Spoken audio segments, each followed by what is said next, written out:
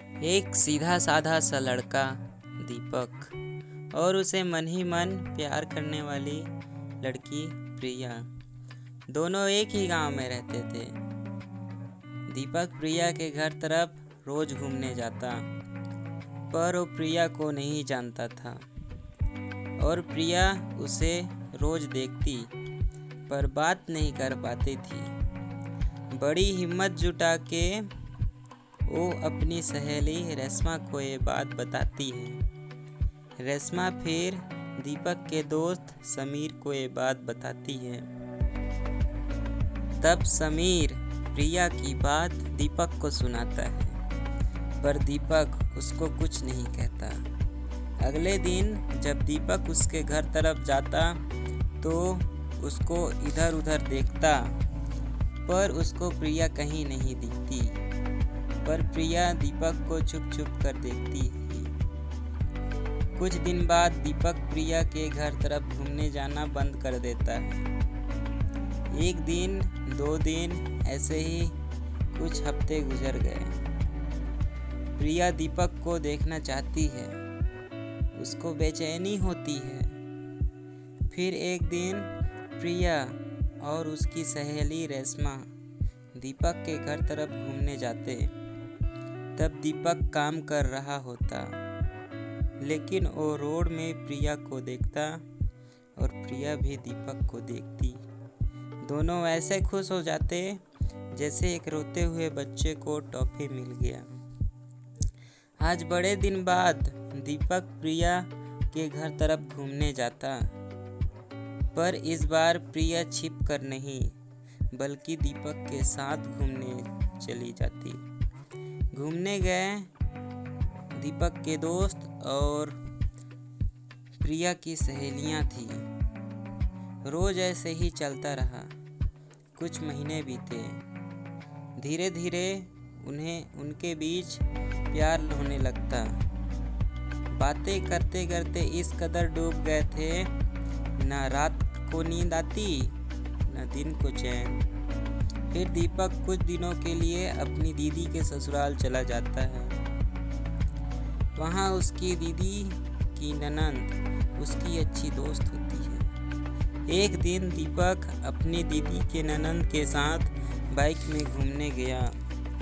तभी प्रिया की एक सहेली उसे देख जाती है और यह बात प्रिया को सुनाती है।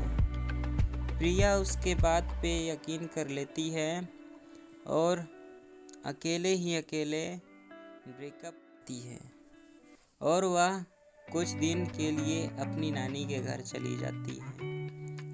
दीपक अपने दीदी के घर से आता है और वो प्रिया को ढूंढता।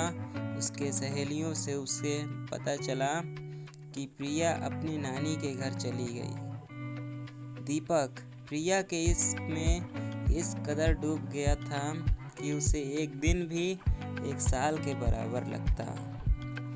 फिर दीपक एक दिन डिसाइड करता है कि अब प्रिया को देखने वो उसके नाना के गांव जाएगा। दूसरे दिन दीपक और उसका दोस्त समीर उसके नाना के गांव के लिए निकल जाते हैं। वो जल्द ही पहुंच जाते हैं, लेकिन उसे उसके नाना का घर भी नहीं पता था और उनका नाम भी नहीं पता था। देखते ही देखते शाम हो जाता। इधर उधर भटकते उसे प्रिया दिख जाती है। वो उससे बात करना चाहता, पर बात नहीं होती है। फिर वो दोनों वापस अपने घर आ जाते हैं। फिर दीपक प्रिया की सहेली रेशमा से प्रिया को फोन लगवाता। तब रेशमा प्रिया को बोलती, दीपक तुमसे बात करना चाहता, पर वो दीपक का नाम सुन के ही फोन काट देती। रेशमा फोन लगाती, प्रिया फोन काट देती। उस दिन उनका बात नहीं होता। दीपक नर्वस, उदास, ऐसे ही कुछ हफ्ते बीत गए। फिर एक दिन बाजार का दिन था। दीपक बाजार गया था। बाजार में उसे प्रिया दिखी, पर प्रिया के साथ एक लड़का था। जब दीपक प्रिया से बात करने जाता तो प्रिया उसे देख के नज़र फेर लेती। फिर दीपक उसके सामने जाकर खड़ा हो गया। दीपक प्रिया से कहता, प्रॉब्लम क्या है तुम्हारी? प्रिया उससे कहती, तुम चीटर हो, तुमने मुझे धोखा दिया। प्रिया के पास खड़ा लड़का पूछता, कौन है ये लड़का? प्रिया कहती, ये एक चीटर है, इसने मुझे धोखा दिया। दीपक प्रिया की बात सुन के कुछ समय शांत हो जाता है। कुछ समय बाद दीपक प्रिया के लिए एक शायरी सुनाता है। तुम रूठ जाती तो तुम्हें मना लेता, पर तुम छोड़ गई तो मनाने का क्या मतलब? तुम रूठ जाती तो तुम्हें मना लेता, पर तुम छोड़ गई तो मनाने का क्या मतलब? हमारे बीच प्यार तो बहुत था जाना, पर विश्वास नहीं था। अब बीते बातों को याद दिलाने का क्या मतलब?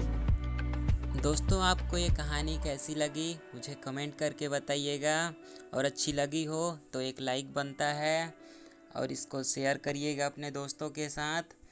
और मेरे चैनल पे अगर आप नए होंगे तो इसे सब्सक्राइब कर लीजिएगा, क्योंकि ऐसे इंटरेस्टिंग कहानी आपको मिलती रहेगी।